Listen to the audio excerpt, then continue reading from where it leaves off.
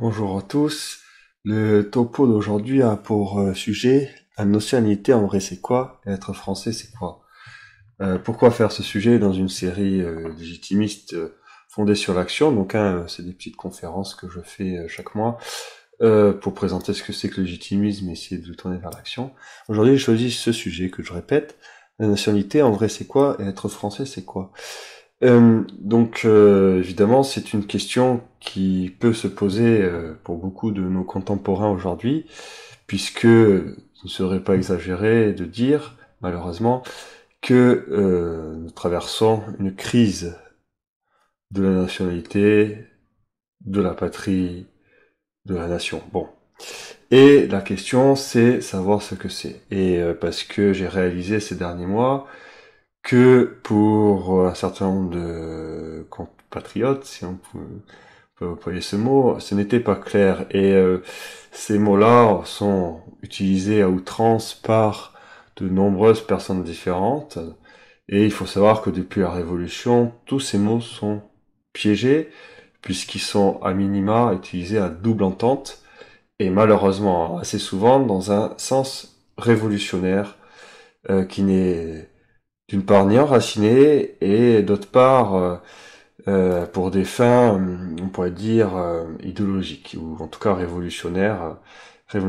Donc, l'idée c'est de faire un peu le tri là-dedans, et fonder sur le problème présent, de cette crise massive que traverse la France, qui perd ses repères, qui est perdue, qui est envahie par une population halogène, invasion entre guillemets suscitée par la République elle-même et ses sbires, qui eux-mêmes sont ceux qui détestent le plus la France, mais qui, de façon paradoxale, vont être les plus nationalistes, en évoquant toutes ces marottes républicaines, en parlant de la nation, de la patrie républicaine. Dernièrement, on parle plutôt de valeurs républicaines, sans qu'on sache bien tout ce que c'est.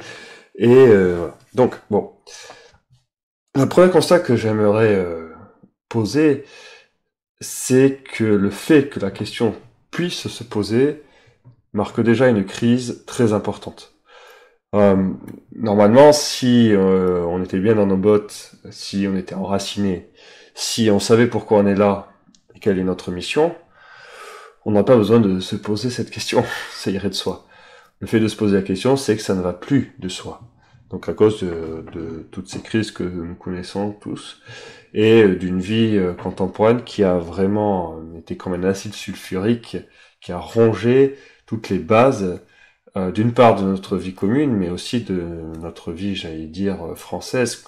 Donc les campagnes sont vidées, les villages sont désertés, la vie de famille a explosé, il n'y a plus de mariage, le fondement chrétien de notre pays s'étiole pour quasiment disparaître, et il y a tellement de Français, et on en voit qui se reconvertissent d'ailleurs, qui viennent de, j'allais dire, nulle part, qui pour eux c'est un lointain souvenir très vague, s'il y a encore, qui ont souvent pas été eux-mêmes baptisés, qui en tout cas n'ont jamais eu d'exemple de donc chrétien, et on en est pareil au niveau de la politique.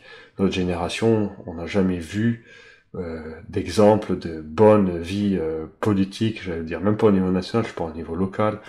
Euh, Vous avez peut-être tous expérimenté ces associations démocratiques qui très vite deviennent des sortes de foires d'empoigne où tout le monde se massacre les uns les autres.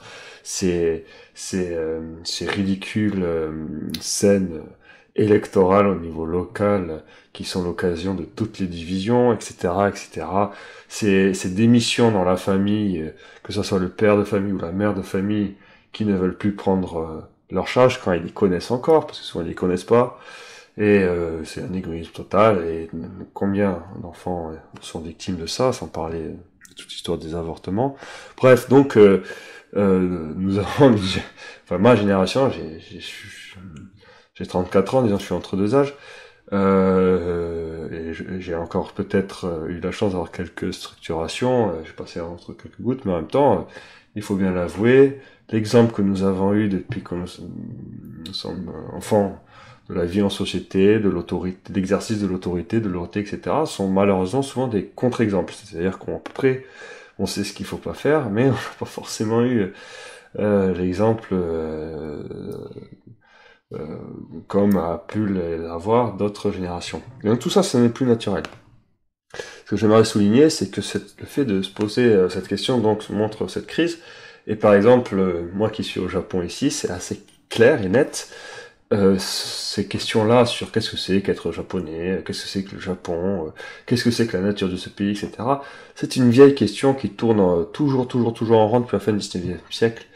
Ce qui montre bien qu'en fait, c'est pas clair. C'est pas clair du tout.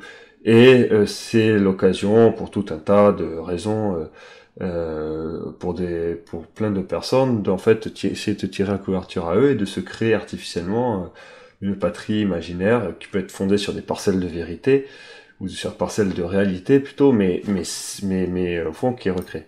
Et c'est le grand danger que nous avons aujourd'hui entre une droite néo-païenne qui veut revenir à un monde fantasmé qui n'existe pas et surtout qu'il rêve, puisque le monde païen d'autrefois est d'une violence insigne et d'une tristesse terrible, ou que ce soit tout ce qui est socialiste, etc., qui ont créé les révolutionnaires, fondamentalement, qui ont créé une nation ad hoc, qui régénère l'homme, qui est en fait anti-France, et qui se fonde sur tout ce qui n'est pas la France. À ce titre, d'ailleurs, je vous invite à lire, j'allais dire absolument, les deux patries de Jean de Viguerie, qui résume tout à fait la question d'un point de vue historique et qui me semble définitif sur cette question sémantique et sur ce que c'est qu'un vrai patriotisme traditionnellement. Donc voilà. Donc la question c'est simplement la conclusion de Jean de Viguerie est assez désespérante, puisque pour lui c'est fini, la France. La France n'existe plus en pratique, elle est tellement étiolée qu'on ne peut plus la récupérer, et c'est fini. Bon, est-ce que c'est fini? Non, on peut pas. Non, vous inquiétez pas, c'est pas fini. Et effectivement, il se passe quelque chose de très grand, et donc la France, telle qu'on l'entend, ne peut plus rentrer dans le cadre tel qu'on pouvait l'avoir. Donc il y a d'une part la distinction donc entre vraie patrie et fausse patrie, vraie nation et fausse nation, tout ça. Bon. Alors, la nationalité, qu'est-ce que c'est en fait? On sait, c'est pas un papier. C'est pas un papier. Le papier, c'est pas un papier issu par la République. Autrefois, on n'avait pas de papier. Et c'est pas le papier qui faisait qu'on était français. Non. Le mot nation vient tout simplement du latin natio et du verbe nascere qui veut dire être né. Tout simplement. Donc, étymologiquement, ça ne veut pas dire que ça recouvre toutes les réalités de la nation, mais étymologiquement, ça veut dire fondamentalement être né quelque part. Ou dans une famille. Et déjà, il y a les deux là, qui comptent et qui vont rentrer en jeu. Et je trouve que dans l'histoire de la France, pendant très longtemps, on était né quelque part et dans une famille, quelque part qui était en France et dans une famille qui était française. Aujourd'hui, c'est souvent plus le cas. On a des gens qui sont nés en France, mais qui sont pas d'une famille française. Et on a des gens qui sont nés dans une famille française, mais qui sont pas nés en France. Ceux-là, on les oublie souvent. Mais moi, par exemple, mes enfants, ils sont tous nés au Japon. Donc, dans le sens étymologique du terme, ils sont pas de français. Mais en étant nés d'une famille française, ils sont quand même français.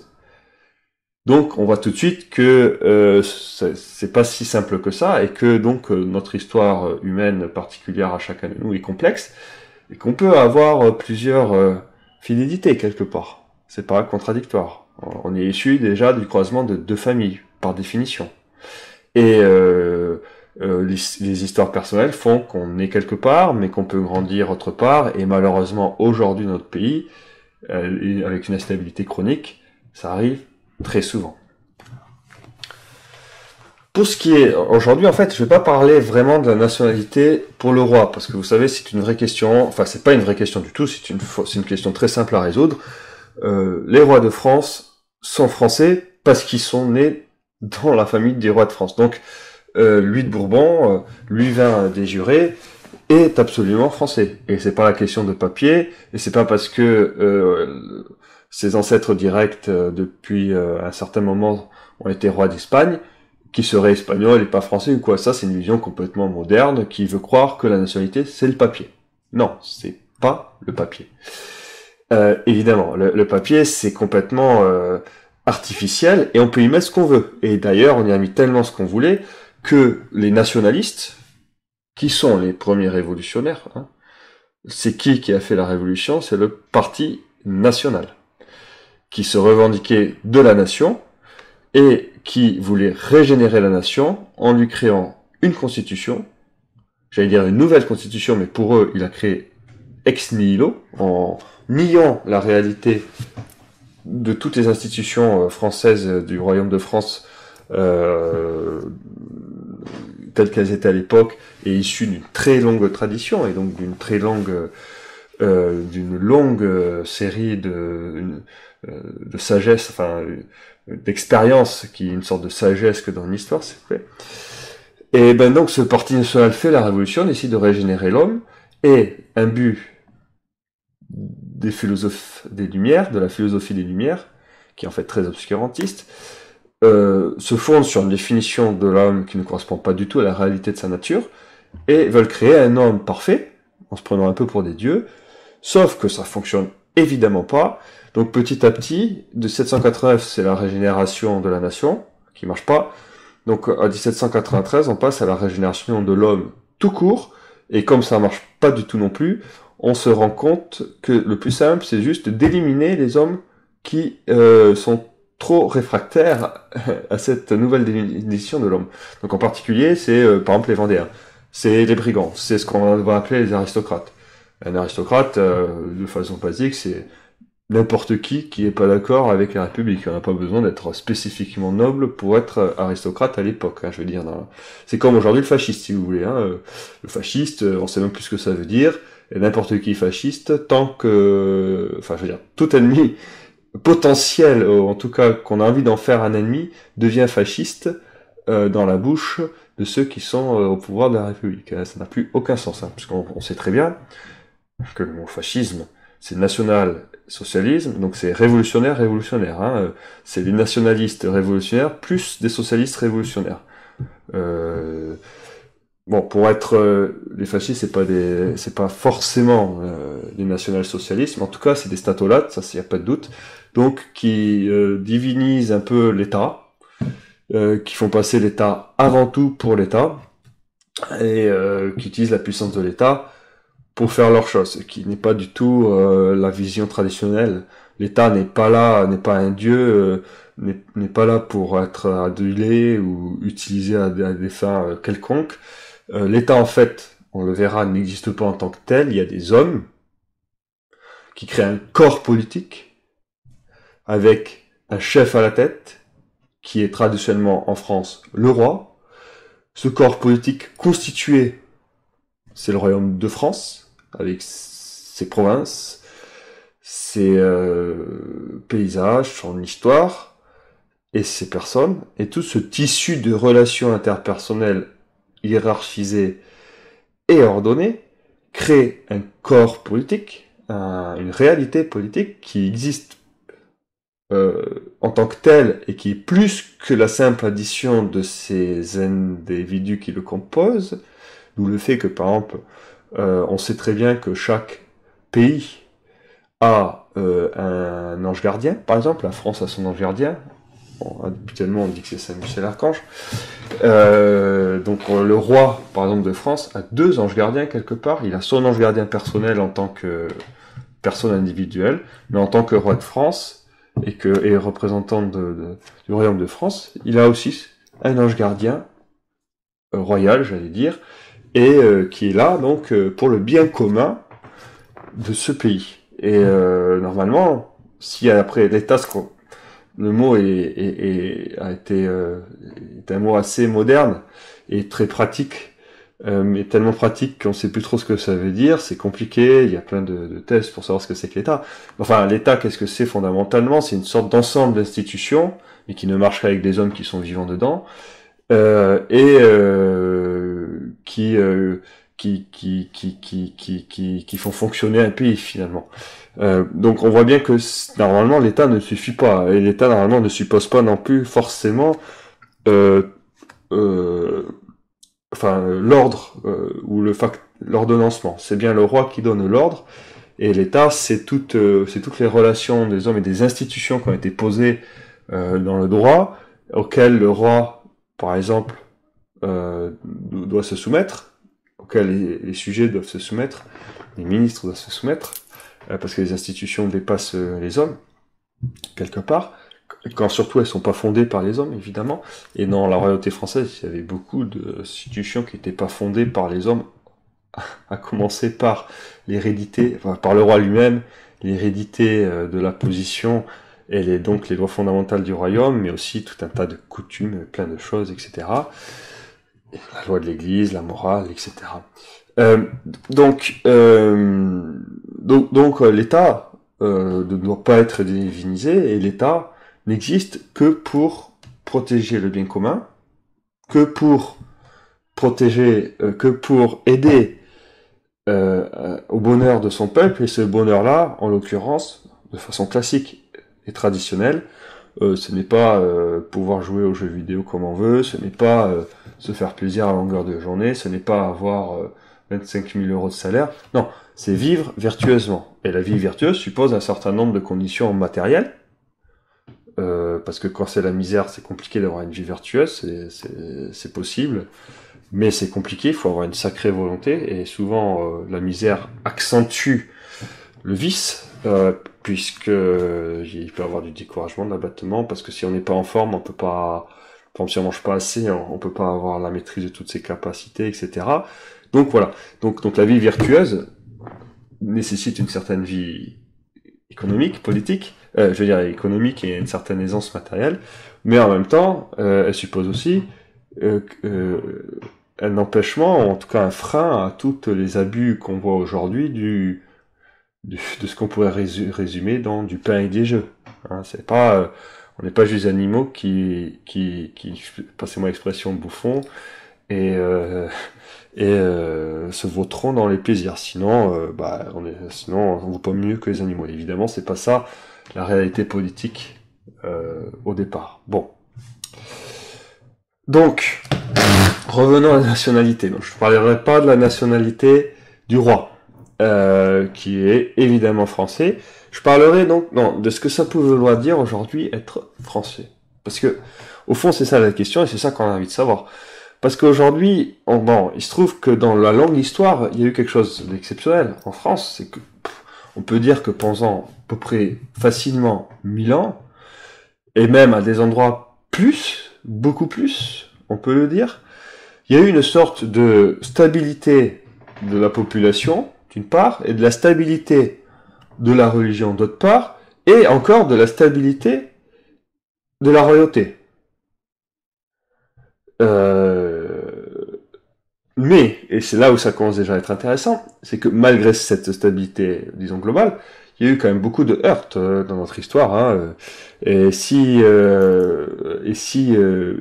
entre les invasions barbares à un moment donné, et puis le roi qui a été à un moment donné très affaibli, Capet ne pouvait régner, exécuter, disons, les ordres qu'il voulait donner que dans le bassin parisien, même s'il était roi de toute la France, il y avait l'autorité, surtout le royaume de France, effectivement, mais le pouvoir pas du tout. Et donc c'est déjà en soi un miracle que le roi de France ait réussi à réunifier, disons, la France telle qu'on la connaît aujourd'hui, sachant que ça n'a jamais été un objectif en soi, c'était plutôt une récompense du ciel parce qu'il se comportait en bon chrétien. Et d'ailleurs, et c'est pour ça que je vous invite à regarder les thèses de Claude Gauvard qui expliquent comment le roi de France étend son pouvoir, non pas par la guerre, non pas par la violence, mais par l'octroi de la grâce. C'est vraiment le privilège du roi très chrétien de pouvoir étendre son pouvoir en octroyant la grâce.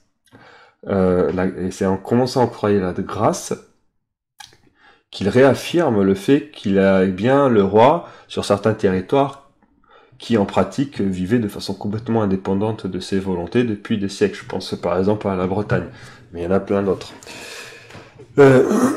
Donc, être français, c'est quoi? On voit bien que c'est pas une question simplement d'où on est né et de quelle famille on est né. Ça compte, mais c'est pas suffisant. Parce que c'est toujours pareil. On revient à ce que ça veut dire nation d'un point de vue étymologique, c'est-à-dire être né. Être né, ça veut dire être né quelque part et à un certain moment, d'accord? Mais on ne naît pas pour rien. Du moment où l'on est, on a bien une fin. Bon, sur cette terre, n'importe qui peut déjà savoir que notre fin naturelle, c'est de mourir. Bon. Quand on est chrétien, et qu'on croit à la révélation que Dieu a donnée, parce qu'il ne peut ni nous tromper, ni se tromper, on sait que l'homme ne naît pas pour rien. Il naît pour le bonheur du ciel. D'où le fait que n'importe quel homme qui naît sur cette terre a vocation à aller au ciel, et donc à appartenir, j'allais dire, à la nation chrétienne, enfin à l'église, à la barque de Saint-Pierre. C'est pour ça que tout homme dans le monde, dès qu'il naît, a vocation à rentrer dans l'église par le baptême qu'a fondé notre Seigneur Jésus-Christ, et qui est possible du fait du mystère de la rédemption. Donc on voit déjà tout de suite que la première nation universelle et la seule nation universelle, c'est l'Église. Et que tout le monde a vocation à rentrer dans l'Église. Parce que il y a une fin commune à toute l'humanité. Et là, on n'est pas en politique. Là, c'est la société religieuse par excellence. Mais alors, qu'est-ce qui fait la différence entre les différentes nations qui existent sur la Terre? Ou plutôt les États, ou les royaumes. On remarquera tout d'abord, évidemment, qu'un pays, un État, un royaume, n'est pas forcément, on dit État-nation, pour ce qui est de la modernité, vous voyez. Ce concept d'État-nation est absolument révolutionnaire et antinaturel, parce qu'il ne correspond pas à la réalité. La plupart des pays ne sont ni monoraciales, ni, j'allais dire, mono-étatiques quelque part. Tout pays qui fonctionne bien, du fait de l'histoire, déjà, il peut y avoir des choses. On peut avoir certaines homogénéités, par exemple, ethniques, ou pas. On peut avoir aussi une certaine homogénéité culturelle, ou pas. Par exemple, vous prenez l'Empire austro-hongrois, c'était un nombre incalculable de nations différentes, et qui étaient tous très contents d'avoir un seul roi. Et d'un point de vue purement institutionnel, c'était même pas forcément uni, parce que le roi en question, qu'on appelle l'empereur, en fait était roi de plusieurs royaumes, et chacun de ces royaumes était respecté dans sa particularité, dans la particularité de ses institutions, et voilà. Et ça, c'est la même chose qui se passe en Espagne. Donc, le roi d'Espagne n'était pas le roi d'Espagne, mais était le roi des Espagnes. Il était roi d'Aragon, roi de Castille, etc. Et il y avait donc plusieurs conseils, et puis les institutions étaient différentes, et puis même les règles de succession n'étaient pas forcément les mêmes. Chacun des royaumes avait des cortèses différentes, etc. On pourrait dire ça aussi pour la Russie. On pourrait se dire aussi ça pour la France.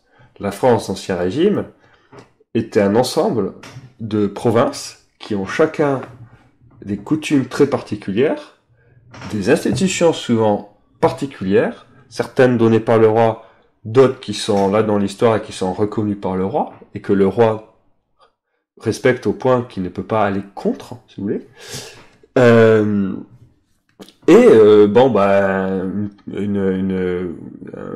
Un ensemble de langues, de traditions et de variétés culturelles qui est assez énorme. Si vous prenez un breton, un corse, un basque, un gascon, voire un alsacien, un flamand ou un picard,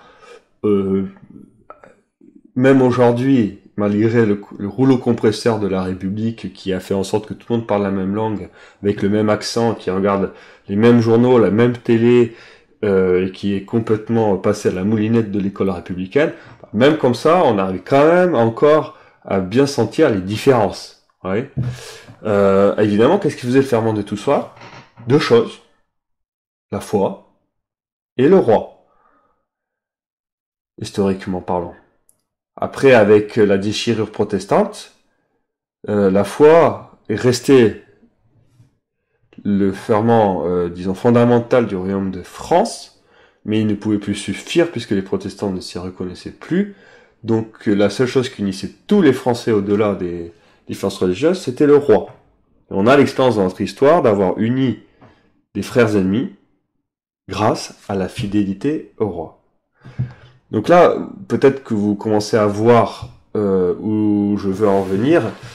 Dans notre situation actuelle, nous avons évidemment un défi de taille avec cette histoire d'immigration, et puis d'une part, et de l'autre part, de perte complète de toute notre identité. Parce que, voilà, la facilité de certains, enfin certains voudraient croire que, ou aimeraient, parce que c'est plus simple, de croire que, par exemple, être français, c'est une race, par exemple, ou une langue, ou une culture qui souvent va se résumer finalement aux valeurs républicaines, et par exemple se faire être habillé, je sais pas moi, pour les femmes, être habillé de façon totalement vulgaire dans la rue. Bon, si par exemple c'est ça la culture française, non, moi je m'y reconnais absolument pas. Mais voilà, dans cette perte de repères, on aimerait simplifier les choses et mettre les gens dans des cases. Et donc par exemple dire que un immigré, parce qu'il est immigré, même si c'est depuis 4-5 générations, même si il est né en France, ce qui correspond d'ailleurs à une des définitions de nationalité, et même si il est là, voilà, depuis des générations, etc., bah, il pourrait, de façon substantielle, ne jamais être français, par exemple. Donc là, tu te poses la question, c'est une vraie question, parce que est-ce qu'on peut devenir français? Voilà, hein, c'est tout simplement. Et oui, en fait, c'est ça la question. La réponse, c'est oui. Mais donc la question, c'est quoi? C'est-à-dire que c'est pas une question abstraite. C'est pas une question de mettre des gens dans des cases. C'est une question de réalité. Il y a des réalités qui ne changent pas. C'est-à-dire, on est quelque part et on est dans une famille. Et on est avec, j'allais dire, notre culture. Et cette culture-là, d'ailleurs, soit dit en passant, autrefois, elle changeait de famille en famille et dans chaque province. On avait peut-être...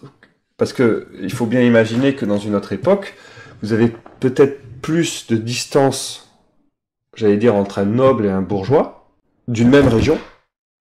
Je sais pas, moi, en Béarn, par exemple, j'en sais rien comment c'était, c'est pas la question, mais voilà, que entre un Béarn, quelqu'un du Béarn et un Picard. Quelqu'un de Picardie, je veux dire.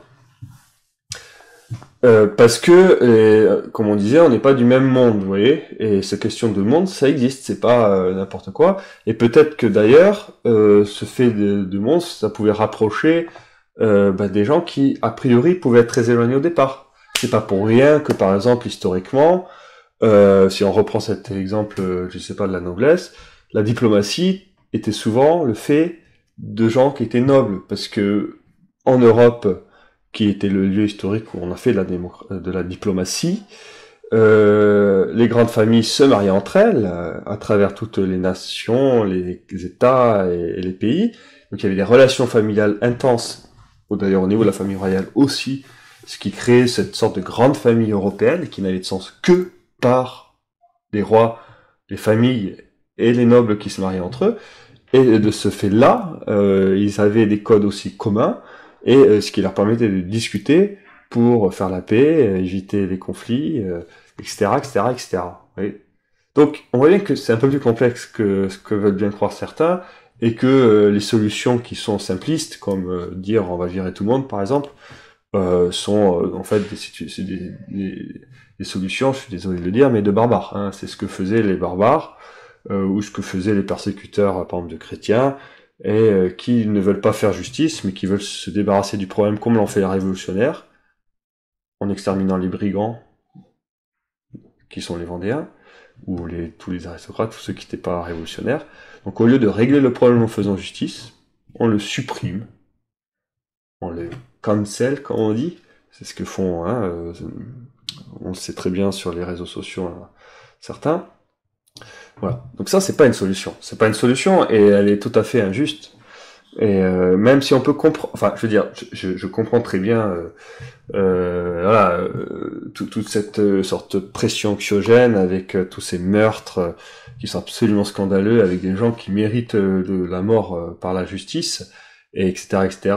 Mais pour le coup, il faut faire attention de pas confondre les plans et de bien se rendre compte que c'est bien la cause première, et le roi le dit très bien dans plusieurs de ses discours, se trouve dans la République qui a créé la situation absolument horrible. Parce que pourquoi il se passe pourquoi il y a cette crise? Normalement, je veux dire, évidemment, cette immigration massive désordonne tout. Mais le désordre.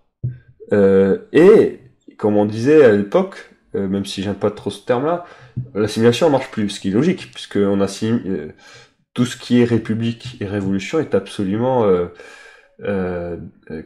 répulsif. Donc, si on veut assimiler les gens à ça, c'est normal qu'ils se révoltent et qu'ils viennent à haïr ce qui veut les assimiler.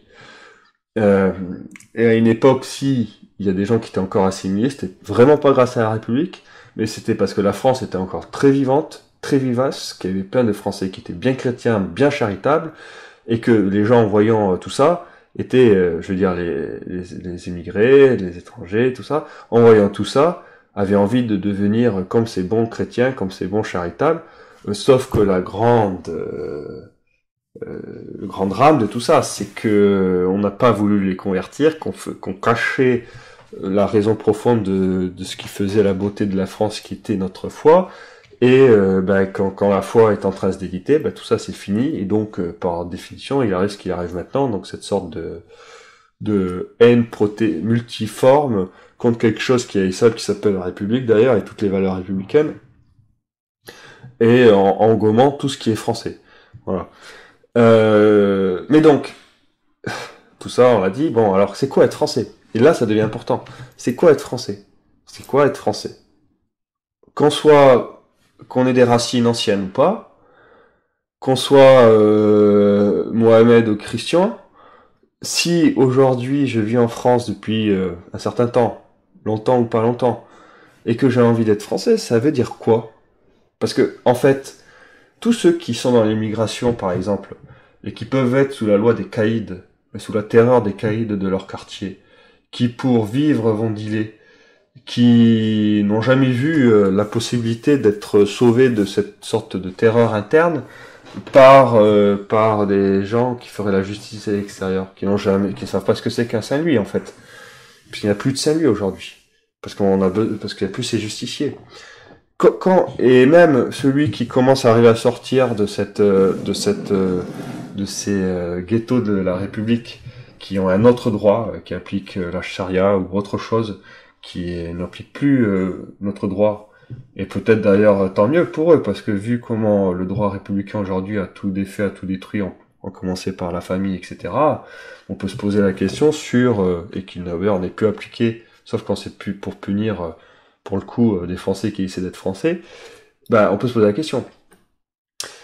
Et donc, comment être Français pour ces gens-là, et comment être Français pour ceux qui, visiblement, sont Français de famille, quoi. Ils sont là depuis 1000 ans, 1500 ans, mais qui n'ont plus aucune idée de l'histoire de France, qui ont plus de racines ancrées localement, qui ont plus les référents de la culture française, parce qu'on n'apprend plus rien, qui ont plus la foi, qui ont plus leur église, qui ont plus leur paroisse, qui ont plus de famille, etc., etc. Comment c'est être français pour eux aussi? On peut se dire, c'est compliqué. En fait, il y a une solution. Parce que il y a deux choses, en fait. On revient à ce que c'est que la nation.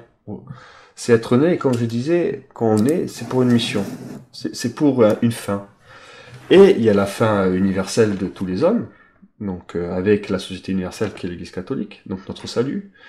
Mais il y a d'autres fins, il y a des fins, j'allais dire, subordonnées.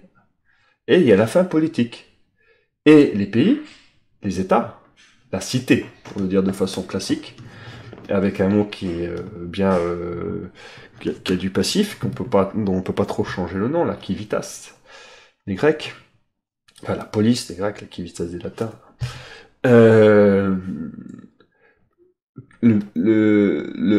Ces cités-là existent pour remplir une mission particulière. Bon, la première mission qui est commune à chacun de ces pays, mais qui s'applique à des gens différents, c'est, comme je le disais à un moment donné plus tôt, c'est obtenir le bonheur, donc c'est-à-dire une vie vertueuse, de ses citoyens, ou de ses sujets, comme on veut. Sauf que chaque pays s'occupe de sa population et pas des populations à côté, hein, parce que sinon on s'en sort plus. Donc, déjà, juste ça suffirait à distinguer les différentes nations. Mais qu'est-ce qui fait, vous savez, donc ce côté, pas simplement que toute nation serait donc pareille, mais où chaque nation a ce cachet différent. Et même aujourd'hui, d'ailleurs, hein, vous savez qu'au Moyen-Âge, quand on parlait des 4 nations à Paris, c'était les Picards, je sais plus quoi, les Bretons, enfin c'était des gens qui étaient de différentes régions de France, on les appelait les nations, hein, c'est pour dire que c'est des gens qui étaient nés là, ici, là-bas et ici. Et tous étaient français, venaient à Paris pour étudier à la Sorbonne, etc. Il n'y avait pas de contradiction, aucune contradiction. Donc on peut être très bien né, par exemple, arabe, et être français, si on veut bien œuvrer pour la fin du pays particulier qu'est la France. Et c'est quoi la fin de la France? Bon, donc c'est œuvrer pour le bien commun. Alors ça, c'est la première chose de base. C'est-à-dire, évidemment, pas faire de crimes, mais œuvrer pour le bien commun de l'endroit où on vit. Bon, ça commence par sa famille, ça commence par son village, sa paroisse, si on est chrétien, sa province, son pays. Mais c'est aussi, et pour la France, c'est très clair, on a beaucoup de chance, c'est la mission providentielle de la France. Bon, dire ça à un musulman, il va pas comprendre peut-être. Mais ce qu'il peut comprendre très bien, et c'est là où ça change tout, c'est que c'est pas abstrait, c'est concret, et c'est pragmatique. C'est-à-dire que fondamentalement, pour être français, qu'est-ce que c'est au fond? C'est tout simplement être fidèle au roi de France. Comme on le disait, un pays n'est pas abstrait. C'est quelque chose de concret avec des gens. La France n'existe au fond, je sais que ça peut choquer certains, mais je vais le dire quand même, n'existe au fond que par le roi de France. Et sa famille, et ce qu'il représente. Et la mission que lui a donnée Dieu au moment du baptême de Clovis. Et toute cette histoire cumulée. Et ces lois qui sont inscrites dans sa naissance, des lois fondamentales, qui fait que la France pourra continuer longtemps. Soit dit en passant, la France n'est pas éternelle. Hein. Tous les empires se détruisent. Si la France éternelle existe, c'est peut-être que dans le certain sens très étroit, que au ciel, on aura beaucoup de saints qui auront été français, et comme au ciel on ne devient pas des sortes... notre histoire n'est pas effacée, on reste avec notre personnalité, avec notre existence distincte et tout ça, même si tout ça sera très secondaire par rapport à la vision béatifique, et que finalement tout le monde s'en fichera, ou plutôt tout le monde admirera toutes ces variations qui parlent de la gloire de Dieu, mais sans que ça puisse susciter ni envie, ni jalousie, ni division, ni guerre, comme malheureusement ça se passe sur cette terre trop souvent. Au lieu d'être content de ce que ont les autres, souvent on les envie, et ça crée toutes les choses, et puis ça crée toutes ces idéologies anti-naturelles, comme le communisme, etc. et machin. Bon, peu importe. Mais si la France était réalisée, c'est peut-être dans le fait que au ciel il y aura des Français, et que ces Français, avec des rois, au moins le roi Saint-Louis, au moins on en est sûr, mais quelques autres aussi, à n'en pas douter, il y aura donc cette sorte de communauté un peu plus particulière entre les saints du ciel qui auraient été français. Pourquoi autour du roi et autour de la mission qu'ils ont accomplie ensemble et qui ont été là. Je ferme la parenthèse. Mais donc, vous l'aurez compris, c'est très concret. Qu'est-ce que c'est qu'être français fondamentalement? C'est être fidèle au roi de France et suivre le roi de France. Et pour être tout à fait, j'allais dire même extrême, ça va pas être juste une langue, ça va pas être juste un endroit, Ça va pas être toutes les particularités qu'on pourrait trouver pour définir la France ne suffisent pas à définir la France. Ça peut disparaître. Certains ont déjà disparu. Un certain nombre d'institutions ont disparu. Etc., etc., etc. Non, la seule chose, c'est les relations personnelles qui font qu'un pays vit. Et ça, c'est clair que ça ne peut passer que par le roi de France. Et un roi de France qui est roi de France. Qui est roi de France élu par Dieu parce qu'on sait qu'il sait, parce qu'il est né comme ça. Parce qu'il est né comme l'aîné des Bourbons, d'un mariage légitime catholique. Et il ne peut pas ne pas être roi. Et il ne peut pas arrêter d'être roi. Même s'il le voudrait bien peut-être. Il ne le veut pas d'ailleurs. Il assume. C'est un grand bonheur. Mais c'est pas du tout évident. Et donc, de façon tout à fait simple, la fidélité au roi de France suffit à faire de quelqu'un un bon Français. Puisque par définition, s'il est fidèle au roi de France, eh ben, il va d'une part œuvrer au bien commun, parce que c'est le rôle du roi, hein, pour rester finalement, et aussi, d'autre part, contribuer d'une façon au moins indirecte à la mission providentielle de la France, puisque le roi très chrétien ne pourrait pas faire une politique contre le Christ, ou s'il le fait, la France ne durera pas du tout longtemps.